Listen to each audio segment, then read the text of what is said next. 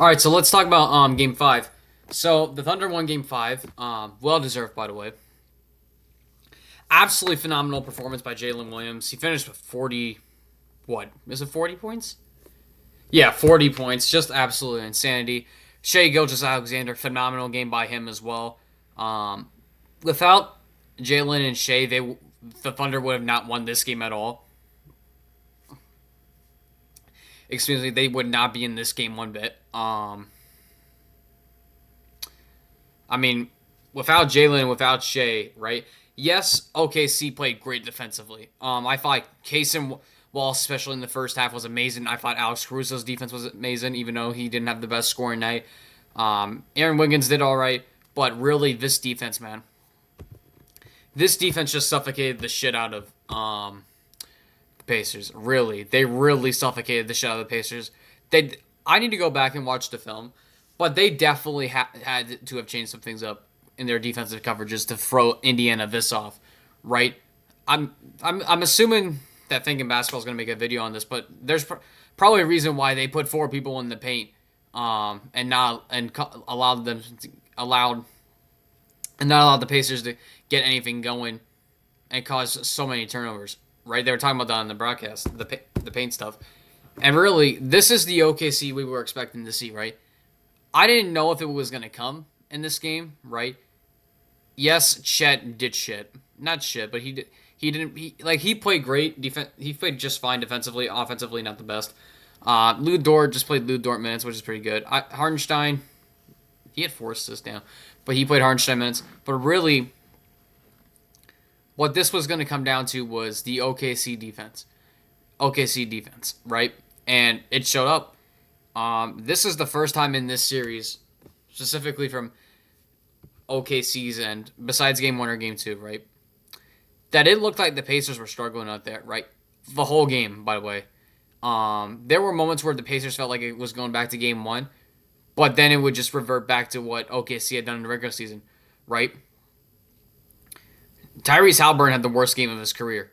Like, yeah, yes, he did get injured, right? He did end up getting injured, but he just didn't have a good game, right? And that, along with the fact he had a knee injury, which we all got to figure out, which I hope Tyrese is healthy for Game 6. But this is gonna be. I am. He did not play great under any circumstance, but we're gonna see how he responds in Game 6. Nembhard, the fact that he got pulled out for T.J. McConnell, for the final few minutes of the game, even though T.J. McConnell was excellent tonight, in my opinion, I think that really explains it all about Nembhard's night. Not the greatest.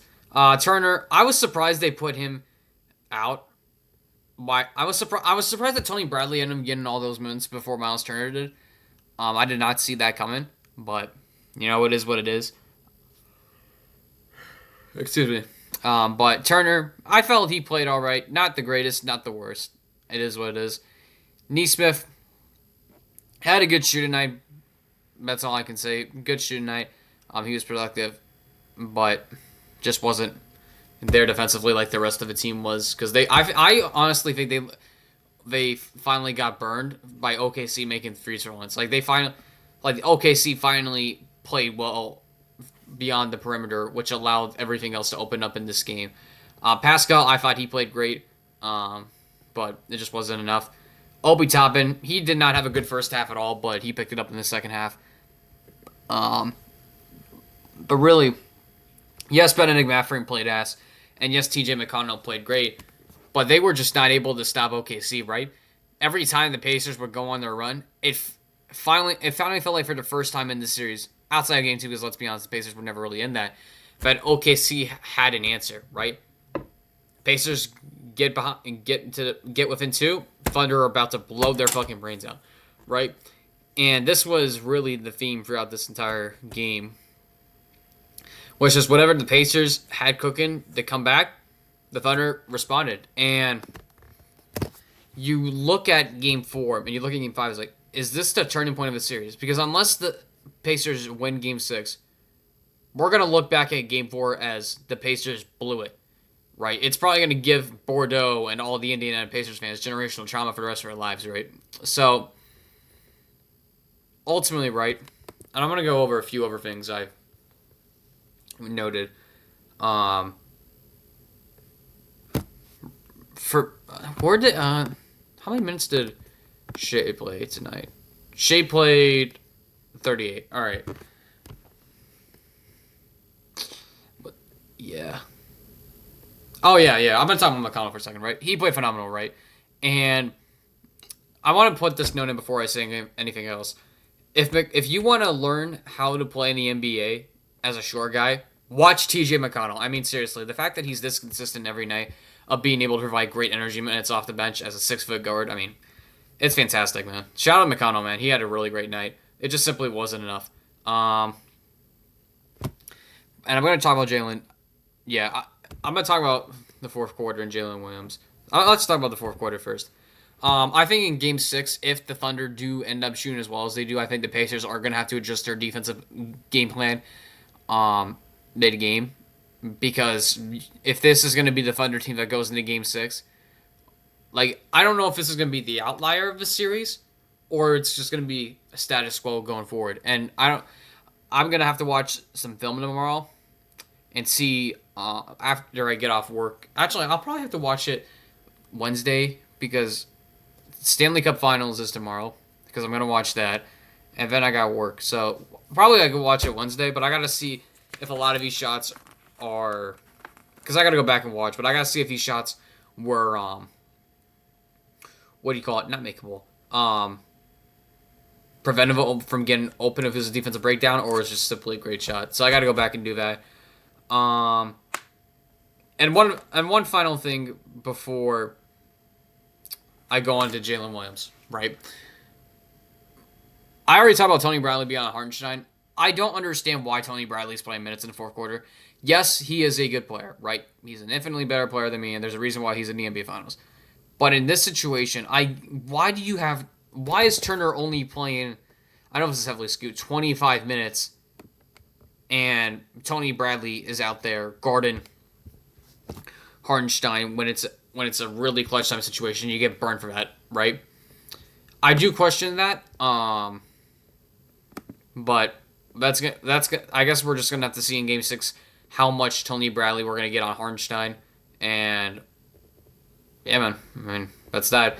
Now, Jalen, I'm gonna go back to talk to him again. I know. I'm fucking drawing the video out. I'm kidding. I want to talk about Jalen for a second, right?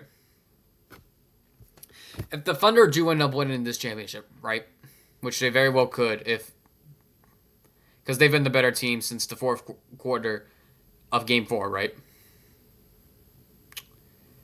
If the OKC Thunder end up winning this championship, Jalen Williams has to be Finals MVP if he goes off in Game 6, right? Because he's been absolutely fucking phenomenal in this series. I mean, my God. Yes, Game 1 wasn't as great, but every single game since Game 1, he showed up. And is there like a stat last 5 games, or is it last 10? I don't know. Excuse me. But I don't know if I can get like his average stats. Splits. Can I see splits from like June? I want to see. Nope. I mean, Shea might be Finals MVP, but Jalen's giving him a run for his money, right? Game 2, not his best. Game 1, not his best. Game 3, Game 4, and Game 5 in particular have been really great, especially this performance, right? And I do wonder that if OKC ends up closing this out and winning this championship, right? Because I had OKC winning this in 6, right? Are we going to start viewing Jalen Williams a whole lot differently after his 40-point performance? Because he played phenomenal tonight. I do wonder how the rest of the league is going to start looking at Jalen if OKC wins this championship, and he's going to get more respect, which he honestly deserves. He's been playing phenomenal outside of Game 1 and somewhat Game 2. But, yeah, man, we're going to have to start looking at Jalen like, oh, shit. What is the difference between him and Jaylen Brown? We're going to have these conversations as we go into next season if OKC wins this championship. Because, man, he was fucking phenomenal tonight. I mean, it almost felt like I knew every single shot was going to go in during the fourth quarter. And it almost felt like, for the first time in this series, Pacers had no chance of coming back in the fourth quarter because of every single fucking shot OKC was thrown at them.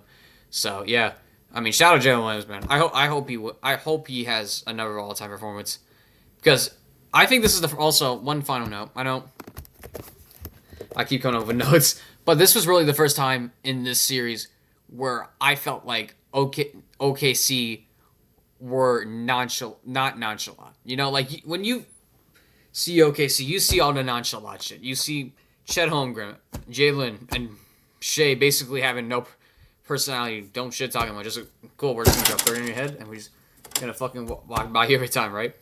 This was really the first game in this series where I felt like you could tell they were fired up. They were not them. They weren't themselves how they normally play, but I felt like a light bulb finally hit. If that makes sense, that this is how we're supposed to play. This is how we're supposed to take over in these moments, right?